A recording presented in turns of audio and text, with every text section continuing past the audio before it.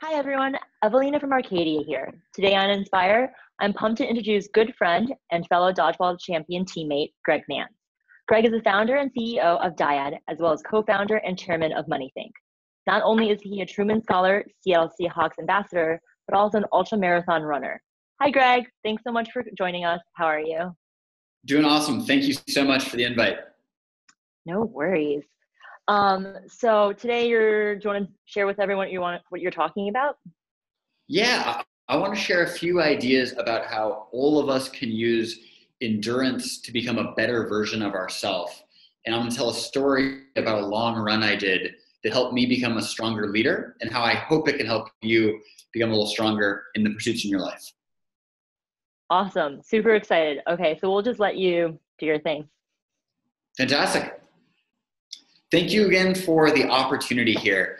My talk today is titled Obstacles Are Opportunities. And I'm going to tell you the story about how running 250 kilometers across the Gobi Desert has helped me to become a better startup CEO and the lessons for each of us therein. Endurance is the capacity to withstand. There are few better predictors in life than the ability to endure. And I don't think there's a single better indicator of success in startups and in leadership more broadly than the ability to withstand, to endure. The reason why is actually kind of simple. The finish line is always going to be farther away than we initially thought. We're always going to face roadblocks and setbacks, challenges and obstacles on the path to success. No matter what we're aiming for, any worthy goal is going to have these challenges therein. Now, I want to take you hundreds or thousands and thousands of miles away to the Gobi Desert, the site of the biggest challenge I've ever taken on. The Gobi Desert is one of the most remote places on the planet. It also is one of the windiest and driest deserts with sand dunes and mountains as far as the eye can see. In fact, one of the only species that actually thrives there are these double humpback camels.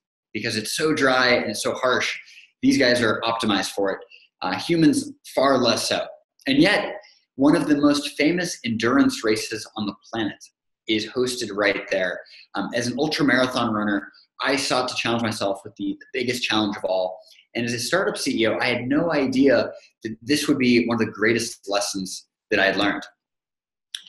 In 2014, myself and 108 other runners lined up for the start of the 250-kilometer Gobi March. We would run all the way across this amazing desert, and we had no idea about the full extent of the obstacles that we would face. The one thing that became apparent as we got going was that far away finish line was even further than we had initially thought. The reason was simple. As you get out there, you're going to face massive, massive obstacles. Literally 100 and 250 meter tall obstacles, huge sand dunes and rock faces and mountains and boulders and river crossings between you. 100 Fahrenheit degree days when the sun's up ahead, 35, 40 degree Celsius, all the way down to sub-zero, to freezing temperatures as snows and ice come as you climb into the mountains as you go. Unforgiving obstacles each and every step. One of these steps, unfortunately, nearly ended my race. I was doing extremely well. I was way exceeding my biggest goals. I'm in 9th place halfway through the race. With just 125 kilometers to go, I feel like I'm onto something big. I'm feeling awesome. While crossing the next river, the 4th of 5 rivers, I take a step and my knee gets jammed between 2 rocks. And all of a sudden I feel a lightning strike go through my knee, and the tendons in my leg aren't working. They're shooting pains, and all I can do is hobble. One step before going down, and I don't know if I can even get back up. I'm very, very lucky that out here in the Gobi Desert, there are medical checkpoints and incredible wilderness doctors that are there. They're there to take care of us and to help us get back on our feet.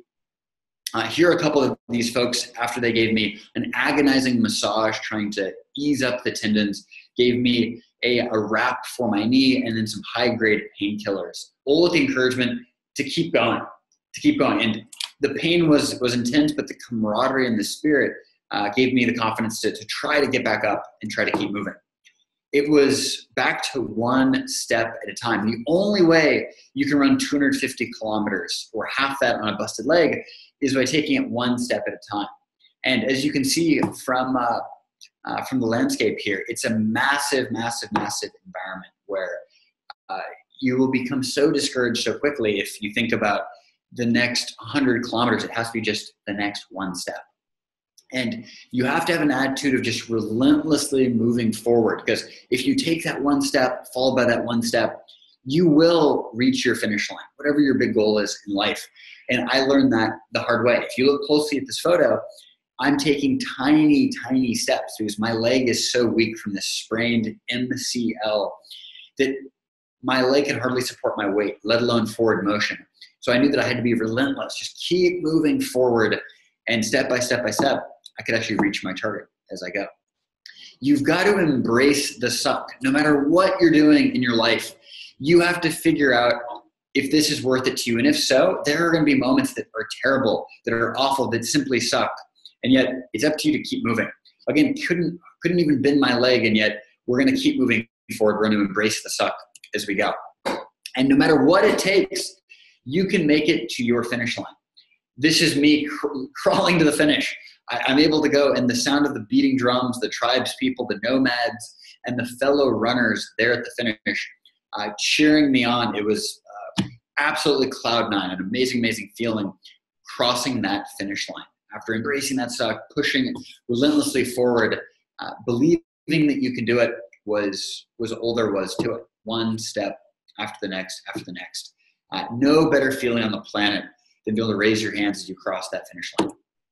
Now, endurance matters, and the big lesson here is that the capacity to withstand was critical, because in reaching that finish line, it was so much further away than I ever thought possible. And that's not only true of if you're running 250 kilometers through the Gobi Desert, it's true in everything. Not only ultramarathons, but academics for the students out there, organization building for those of us working in business, or leadership in life more broadly. Our finish line is further than we initially think. Every single goal worth pursuing has these roadblocks. It has obstacles, it has setbacks, it has challenges. But the biggest obstacles are actually the biggest opportunities to learn, to grow, to develop, and to become a stronger version of ourselves. This experience in the Gobi has made me stronger. Just like a lot of the biggest obstacles that you face in your life have also made you stronger too. These obstacles are opportunities. Now, I want to zoom in and focus on leadership, because I think leadership is actually an ultimate endurance challenge. And those of us that are going to be most successful leaders are going to harness the power of endurance to do amazing things. And those of us that don't take heed may find this even more difficult and daunting without the ability to harness endurance. I want to share part of my story. As the CEO of a company, DYAD.com, I faced life on the treadmill. Lowlights include, like many founders, not being able to make payroll. Even after you've recruited amazing people, you can't afford them any longer. You have to let them go. It's a horrible, horrible feeling. Not being able to have a salary for 6 months, 8 months, 10 months, sleeping on the office couch because you can't afford your own apartment and in an office, so you're sleeping on the office couch. The inability to find a technical co-founder or a local partner, and suffering with a website that doesn't enable you to do any of the functions you really need doing, bugs that you can't fix, going out trying to raise money to fix these problems and getting rejected by dozens, hundreds of venture capitalists as you go. And the worst part is that competitors, sensing your weakness, begin copying your core features, and it looks grave. It looks, it's in a kind of environment where there looks like so little hope for you to ever get out of this death spiral. How am I ever going to make this any better at all? But in these moments, I think the ability to endure and having an endurance-infused DNA for yourself and your team gives you the ability to survive. It gives you a mission-oriented perspective. It gives you the sense, look, we will face setbacks, and yet when we fall down, we're going to get back up. We can embrace the suck, that this is terrible, this moment's, it's bad, it's awful, and yet we're going to embrace that for what it is. And then we're going to keep moving forward. We're not going to stop. We're going to relentlessly move toward our finish line, even though it's way, way beyond the horizon. We're going to keep moving. You're back on life on the treadmill, and things get a little bit better. For us, we were able to eventually find the right venture capitalists, the right angel investors to get back up. We raised some money. We're able to partner with a NASDAQ-listed education company that knows a ton about our space and is able to help us move forward. We're able to earn some cool accolades from groups like PayPal that say that we're onto something really promising. That was fantastic. And the most satisfying of all is that our product works. We're a mentorship platform that helps students apply for university. Not only do we help people get into their dream school, we're also helping them earn huge scholarships, $24 million. We're extremely excited about that. And yet, if we didn't have the endurance-infused DNA, none of these highlights would have ever been possible. We would have died during these lowlights. And so for all of us, we will face these setbacks, we'll face these obstacles. The key is to keep going, to keep moving forward. And that, in my belief, is where endurance truly comes in. So how do I build endurance? I'm not into running 250 kilometers. I don't want to go to the Gobi Desert. Well, how can I do this in my own life? Here are 5 things that I want us to think about today during our time together. Number 1, we have to acknowledge that there are no shortcuts. Second, we have to commit to building through a process because there are no shortcuts. We need a process to actually get there. Third, we have to track our progress and do it every single day if we want to get to where we want to go. Fourth, we have to learn intentionally by debriefing deliberately. And fifth, I'm going to talk about 7 habits that have been useful for me, that some of which might be useful for you as well. So here's how we're going to do it. There are no shortcuts. That's one thing that I've learned for sure. And shortcut fantasy thinking is the biggest obstacle for elite performance in any aspect of life, whether it's startups, athletics, leadership, anything. Thinking that, oh, there's some magical shortcut, it stops us from actually developing to become the leader we want to be. There are no magic pills. There are no secret tips. There are no silver bullets. There are no shortcuts. Sweat equals success.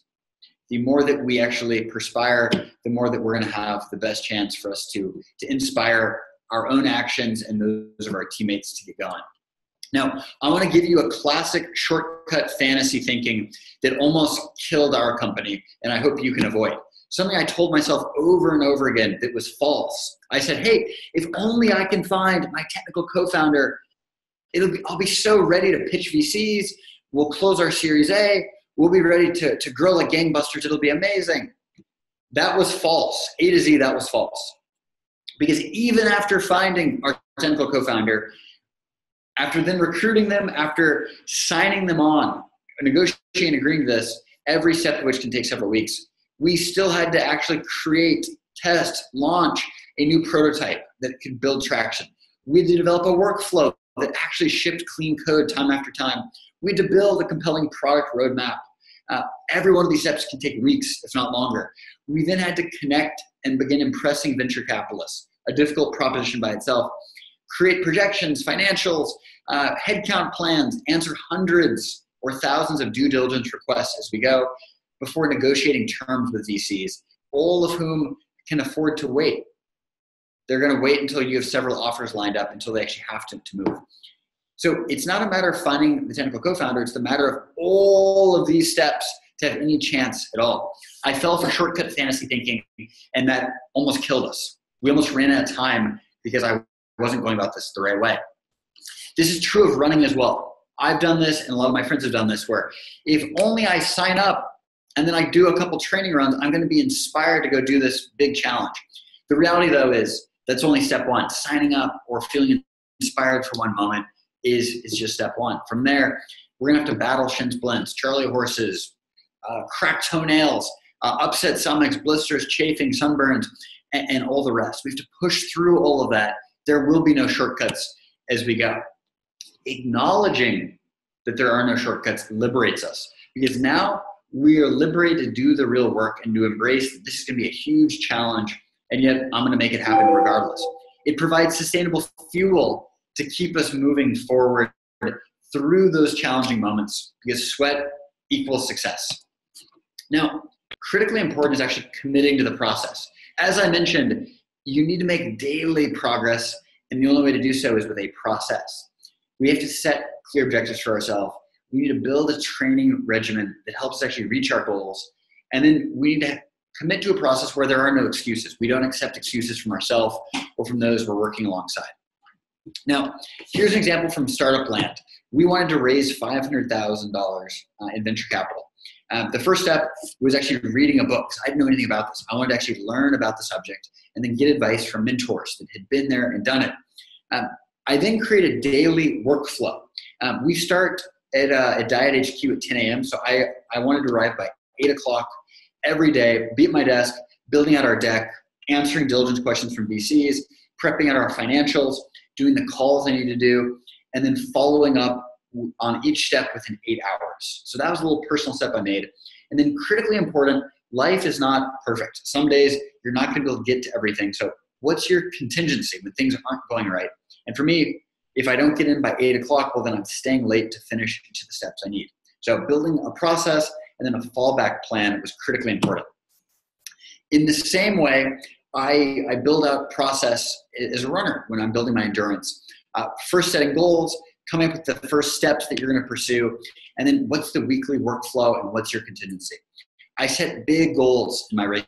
I like to get, I aim for top 10 on these international fields, and I know that I need to actually crank out the training to get anywhere close to that.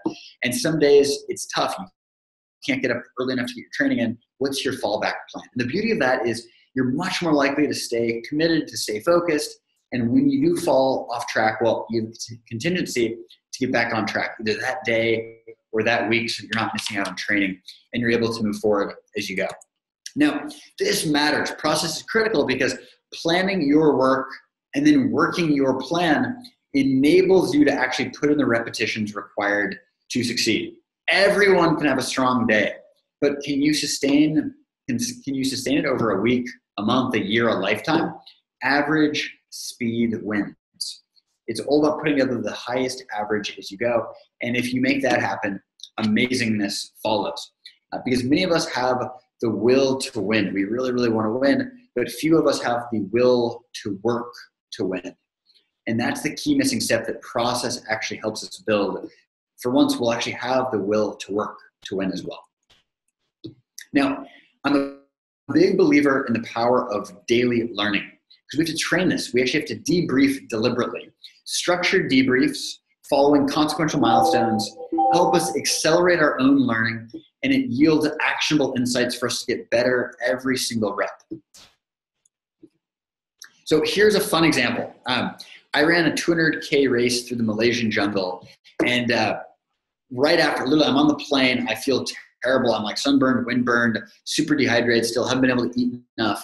But I make a list of things that worked really well, and also a list of things that did not work very well that I need to change for next time around. To alter, the number one thing is I basically, it's hot. It's like 110 degrees and you face severe chafing. So the number one thing I had to fix from that race to the next, I needed a better nipple taping solution because I was in agony for a lot of this race. It was terrible. I had bad blisters that hurt. I didn't have enough sodium. That was no fun. I had like swollen ankles and feet because I didn't have like the right painkillers as I went. And on and on and on. There are 16 different things that I sought to shift. So that's a debrief after running an ultra. And then I also talk about a few of the things that worked really well. Here are a list of 10 things that went awesome. And these are aspects that I want to do more of, ranging from getting a haircut, literally just getting my haircut before going out to the tropics. I felt like super good and energized. That was cool. I put on toe socks for the first race. That went really, really well. And then I had a special backpack that I wore during the race that worked really, really well. So you want to learn from the things that go really well and also the things that don't. And that's going to help you get better as you go. Next is tracking progress. And so what gets measured gets managed. We actually want to track our progress so that we keep ourselves accountable. It helps us stay focused on just making consistent forward progress as we go. Now, here's what I've done that's really, really useful. I'm actually not a huge Excel guy. I used to work in finance for Merrill Lynch. I've had enough of Excel files for a lifetime, I think. And so the way that I do this is really, really simple. I call it stupid simple.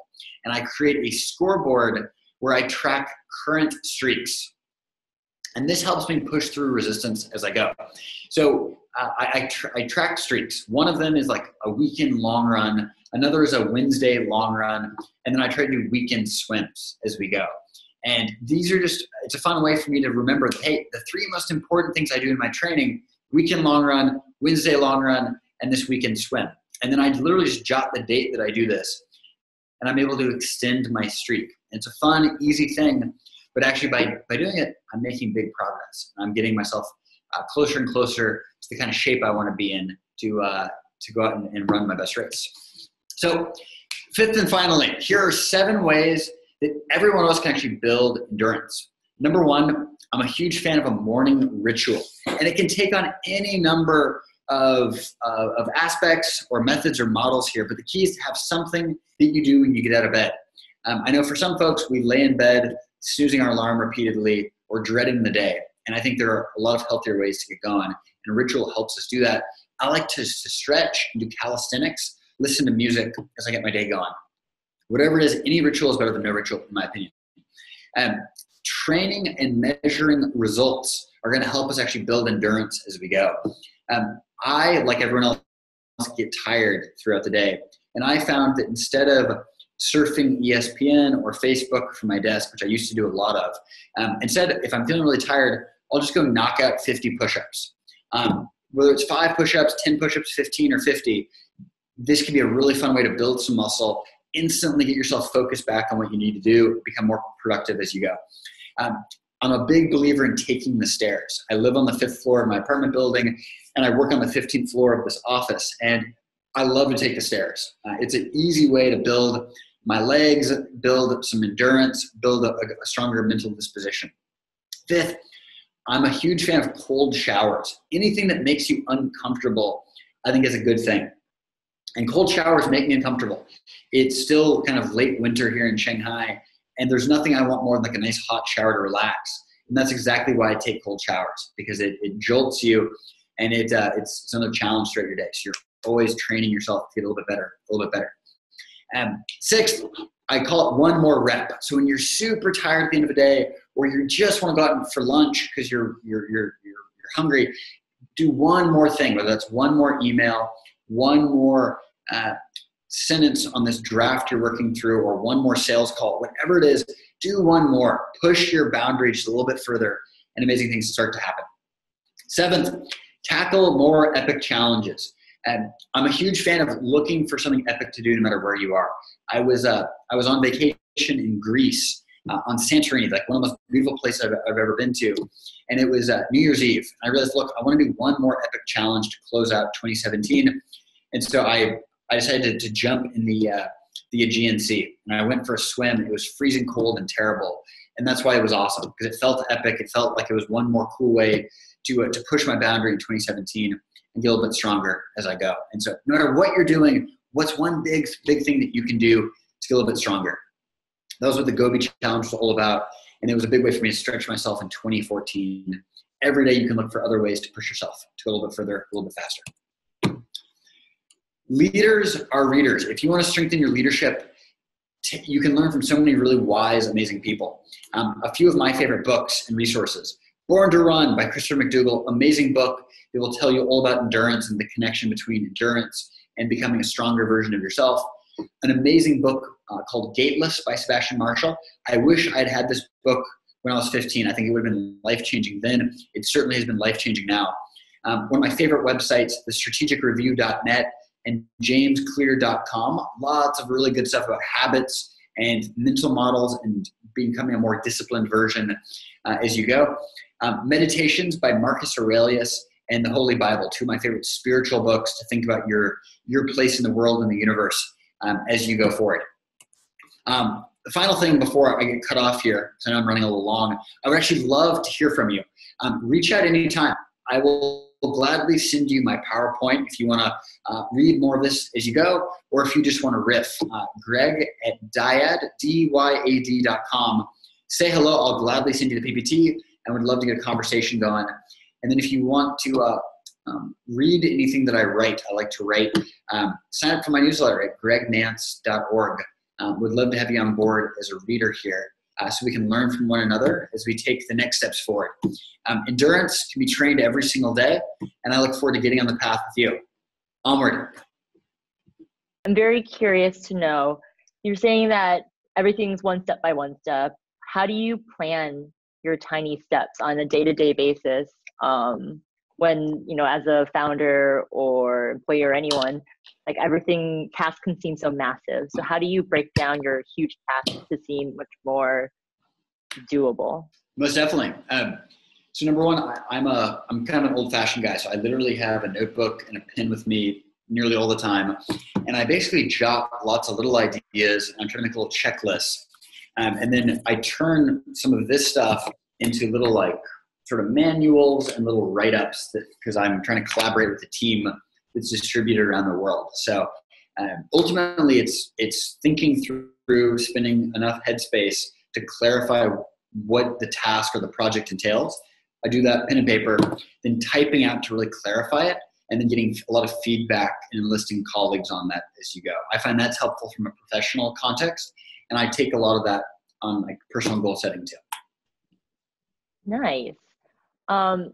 So I think we're all curious because it seems like you're very motivated and disciplined. What are 3 struggles that you actually face on a daily basis, and how do you deal with them?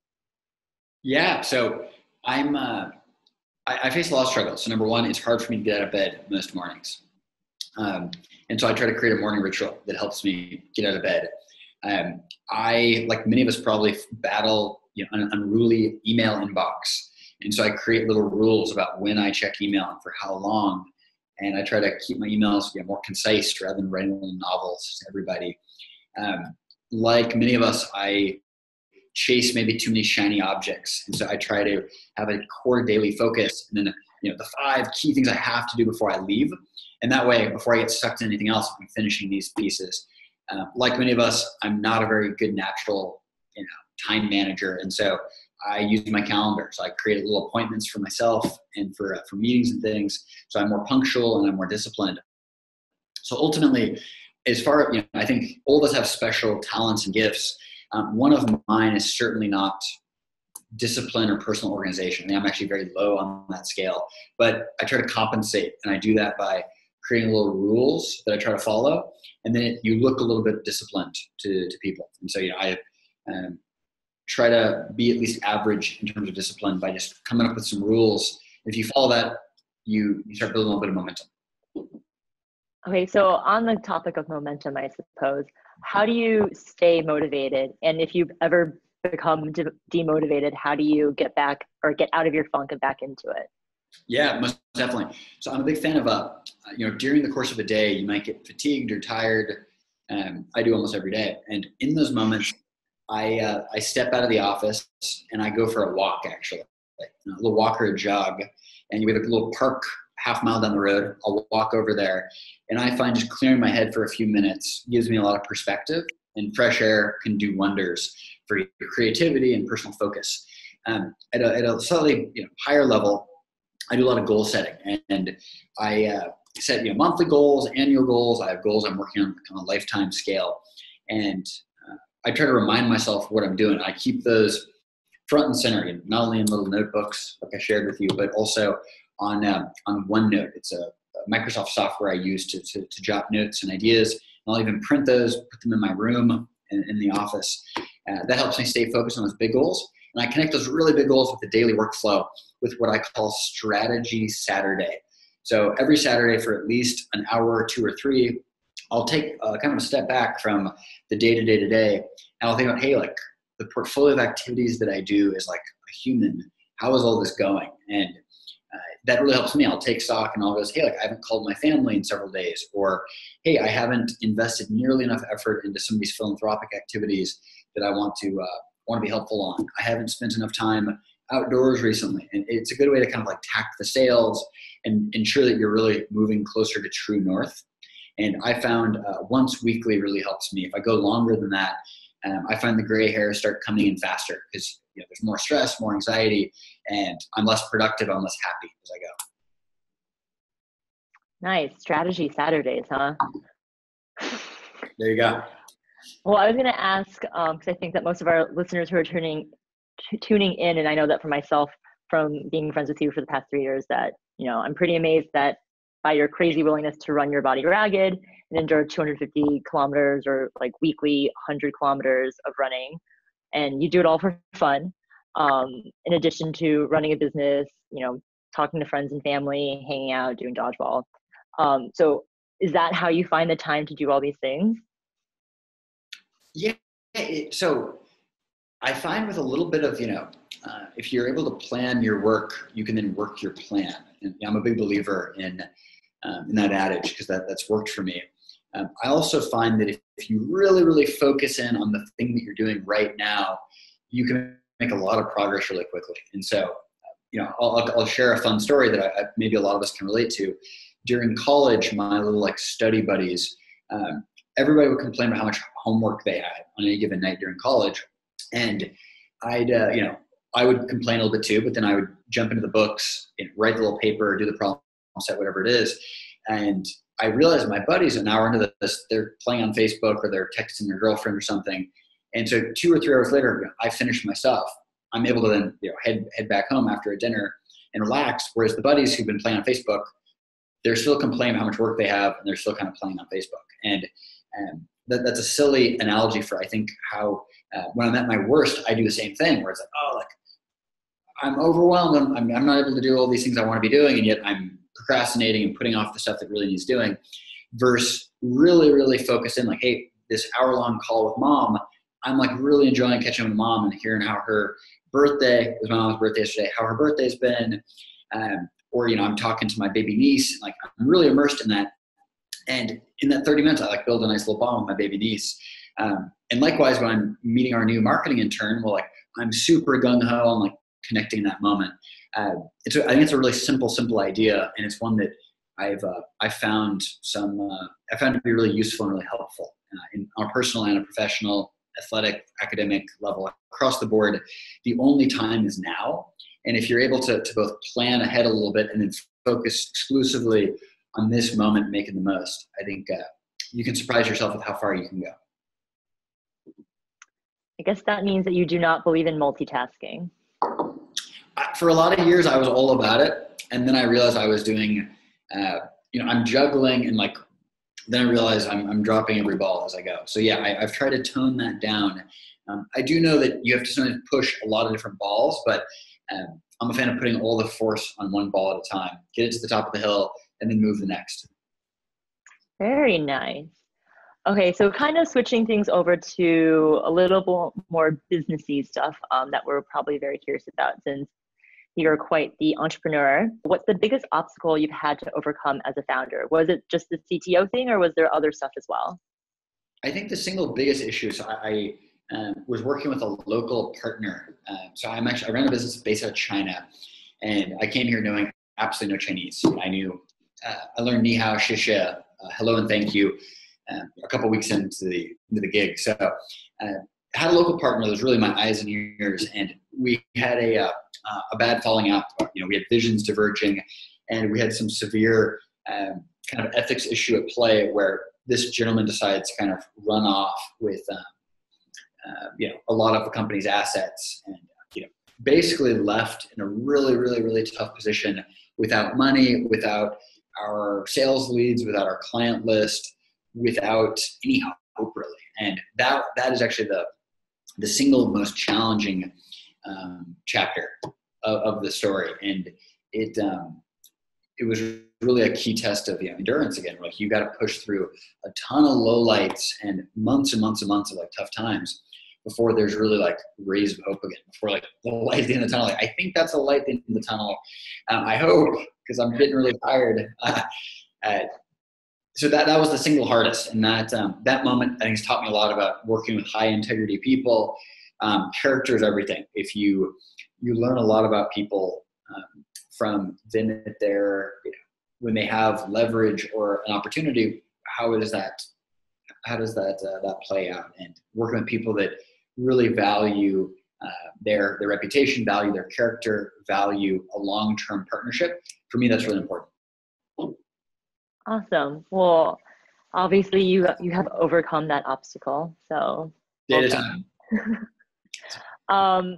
On that note, what's the biggest failure obstacle that you've experienced as a leader for one that you weren't able to overcome? Yeah, there are a ton. I'm trying to figure out which one. One place that was not able to overcome is my first company, a group called Moneythink. We're an NGO based out of Chicago and San Fran. On day one of that, I kind of fancied myself as like the jack of all trades. It was a first-time kind of CEO character, first-time founder, and I remember leading an education session where I'm trying to train new team members, and I remember by the end, it was like a 2-hour session, and I remember by 15 minutes in, I looked out and I realized that every single person in that room knew that I had no idea what I was talking about. And it was so obvious to me that I had no idea that it became obvious to, I think, everyone in the room, like, this guy has no idea. And that was an early bruising moment where I think at that moment it was kind of a fork in the road where it's, hey, I actually have to commit to the fundamentals and learning this stuff well enough where I can teach it, well enough, or I can take the other path, which is just go a different way because I'm not cut out for it unless I devote myself to these fundamentals. And ultimately, I kind of chose a middle way, I think, for a couple of years actually. And I was able to hide from that decision because my co-founder was just so amazing. I'm actually flying to India tomorrow to go to his wedding. He's getting married. And yeah, he's an incredible human being. And I've learned so much from him because he's a guy that really has mastered the fundamentals of his life and just a wonderful person to boot. So ultimately, I failed at that, just straight up. I couldn't run the operation at all. I was very, very, very lucky that he was able to step in and run so much of this. And I'd say that the broader lesson, I'll try to bring a lesson out here rather than just rambling at you. The lesson I learned is that it's, number one, it's better to be lucky than good sometimes. And that was very, very fortunate. Second, invest in your best people. And so I remember meeting this guy, and he didn't look like my picture of a hyper talented co-founder.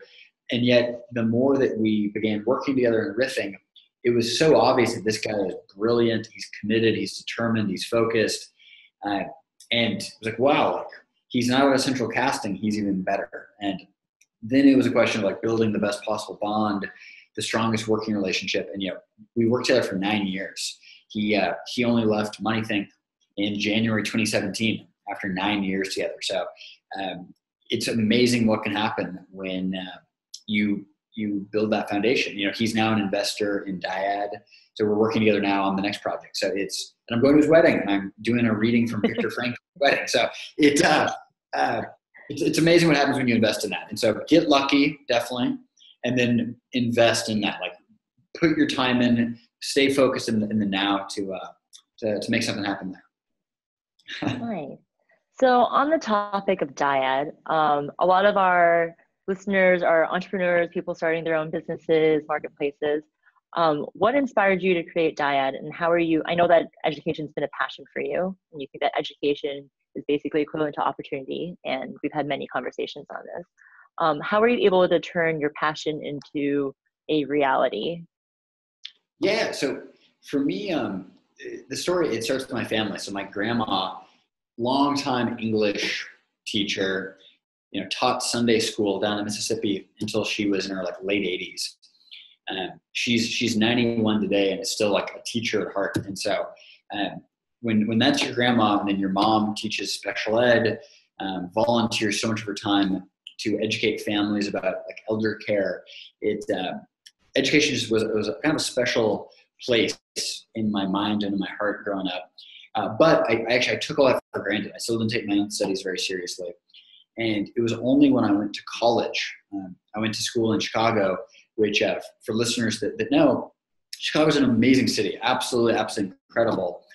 Ev, you're familiar. And it's got this amazing, downtown, it's got amazing universities there.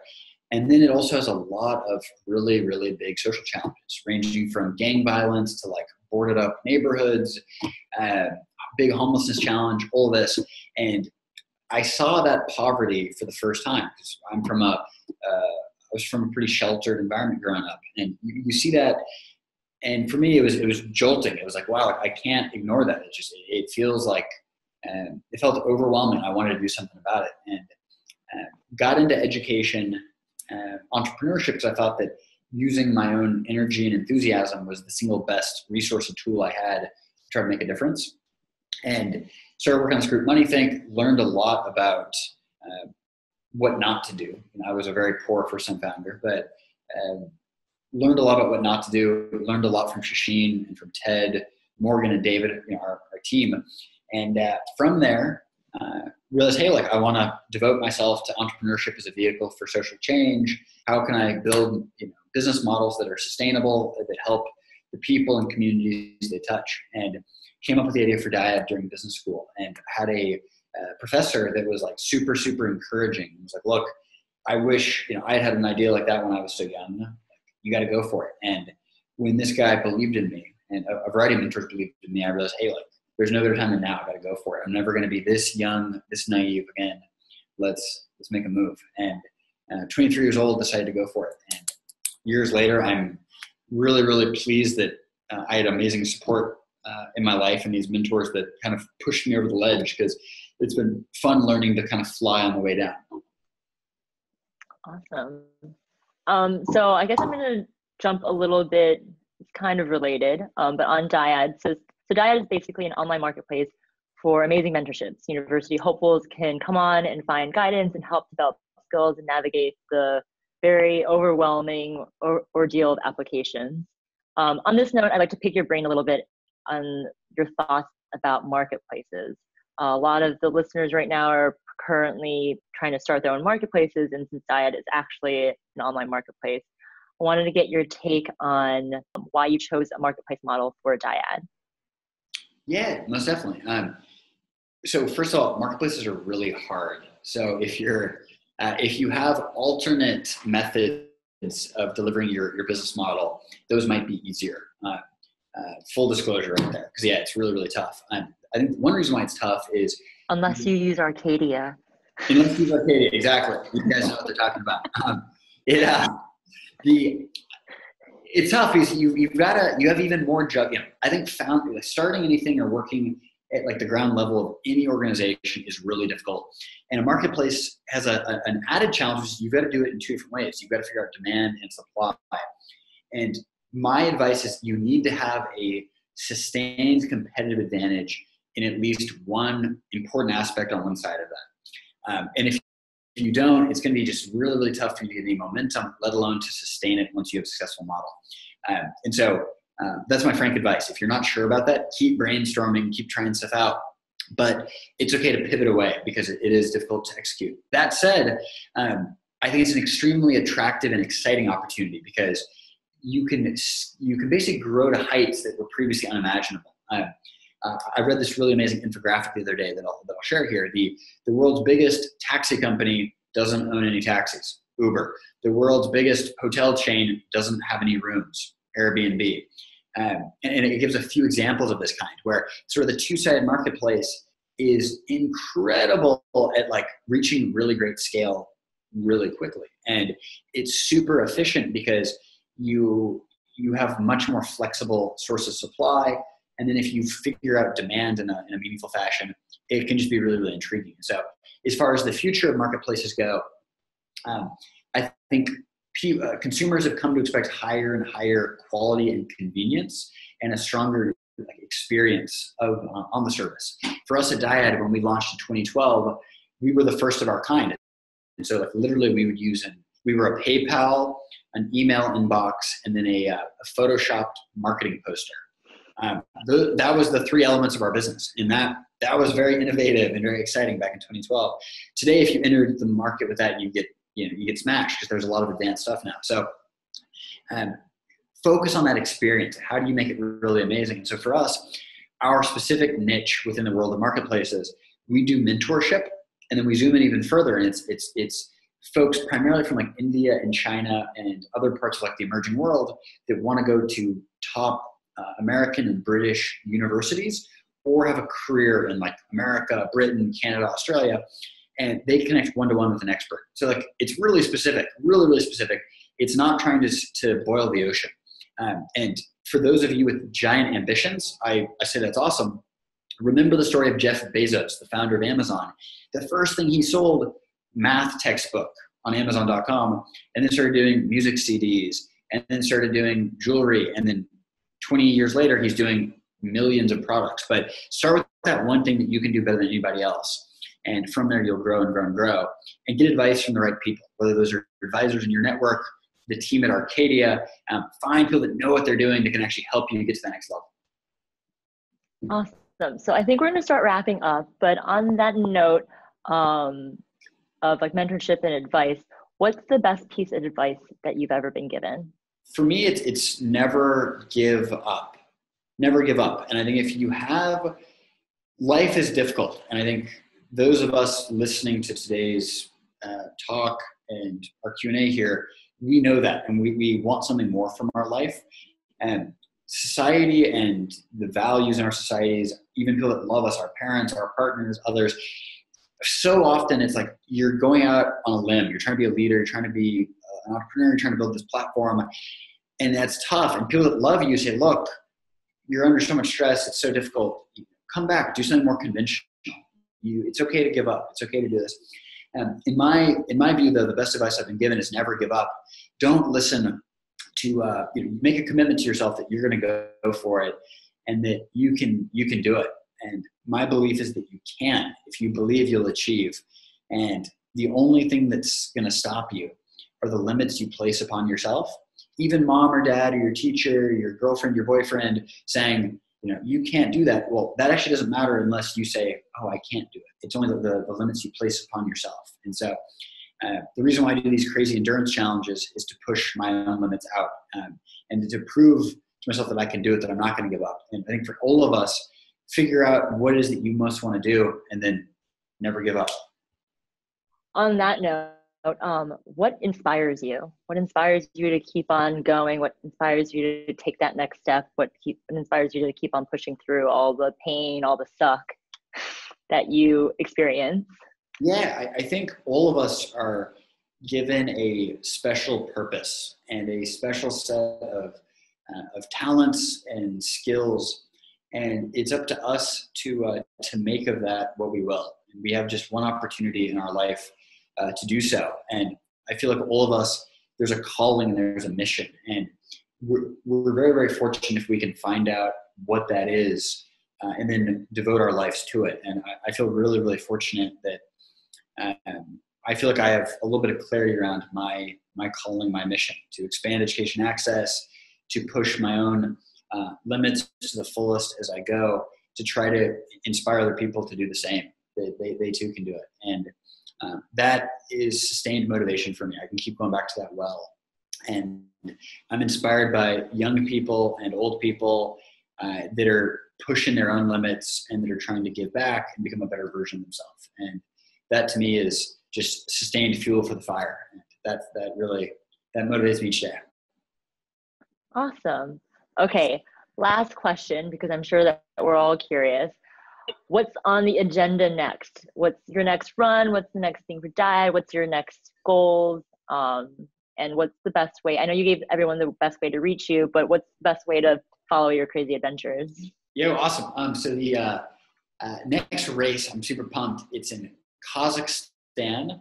It's called the ultramarathon of the Great Steppe, and it's like Genghis Khan territory, and it's a 7-kilometer run through the Great Steppe. And the photographs look amazing. I've never been to Kazakhstan, so it'll be an interesting adventure as we go. Training for that now. Got to get ready. On a business level, we have 7 new team members joining us in 2 Mondays. And so like literally I'm building out the little training plan that I showed you earlier. This is to standardize onboarding a DYAD, because we've been just me making it up as we go along, but it's time to standardize that. A fun way to connect, so you can email me definitely, although I am on Instagram. My username is my last name dot first name, Nance, Nance, dot Greg, And if you search for that, you'll find me. And I post little training photos. I like to travel. I'm a wannabe iPhone photographer, so you'll see some of my handiwork. Awesome. Well, thank you so much for joining us, Greg. Really appreciated. Great catching up. And that's it for today. So thank you so much. Completely my pleasure. Thank you for the invite, and I hope to keep in touch.